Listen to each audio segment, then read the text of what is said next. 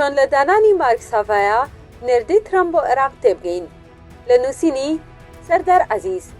دانانی مارک ساڤایە مشتومڕێکی زۆری دروست کردووە، بەڵام تێگەیشتنەکان سنووردارن.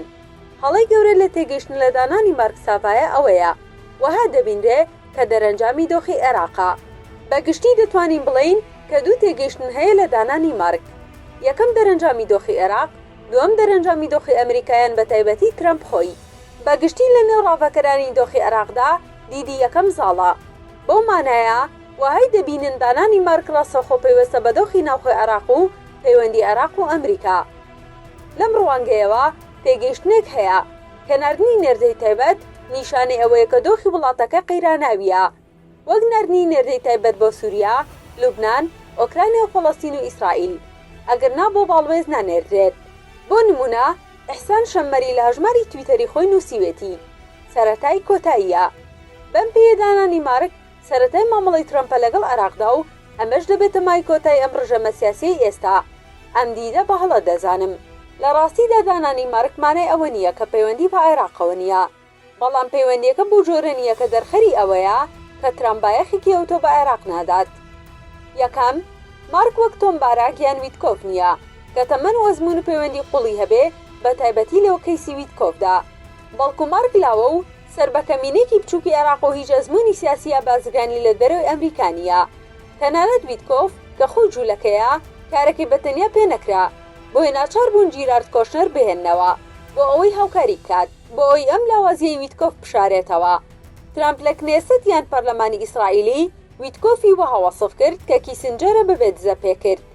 ترامپ وەها بیر لە کیسنجەر دەکاتەوە کە زانیاری زۆری دزە پێ دەکرد.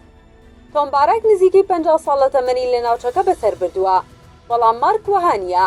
هەرچەندە مارک لە سەردەم یەکەم هەڵبژاردننی ترامپەوە نێوەندگیرێک بووە لە نێوان سیاسی عێراقیەکان و ترامپدا.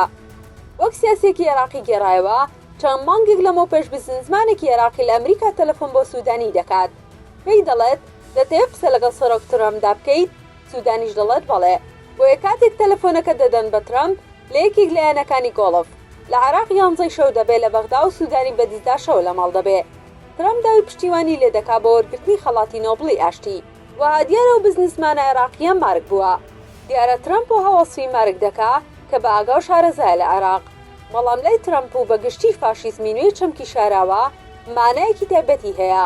ئەوان بەگشتی دژ بە شارەزای تەقلیدین، خەڵکێک لە ناوەندە باڵەکانی معریفە و ئەزموونەوە دێن، بەڵکو لای ئەوان هەموو شتێک سادەیە و دەکرێت لە ماوەیەکی کوردا فێری ببیت و ببیت بە شارەزا. لەم ڕوانگەیەوە دانانی مارک نیشانەوەیە کە عێراق جێگەی باخێکی کەمە لای ترامپ. بۆ ترامپ ئەم کارە نەدەکات.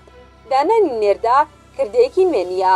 باوە لە سیاسەتی ئەمریکادا کاتێک کەسێک پشتیوانی دارایی کەمپینی سەرۆک دەکات لە بەرامبەردا پۆستی باڵوێزیان پۆستێکی هاوشێوی دەدرێتێت.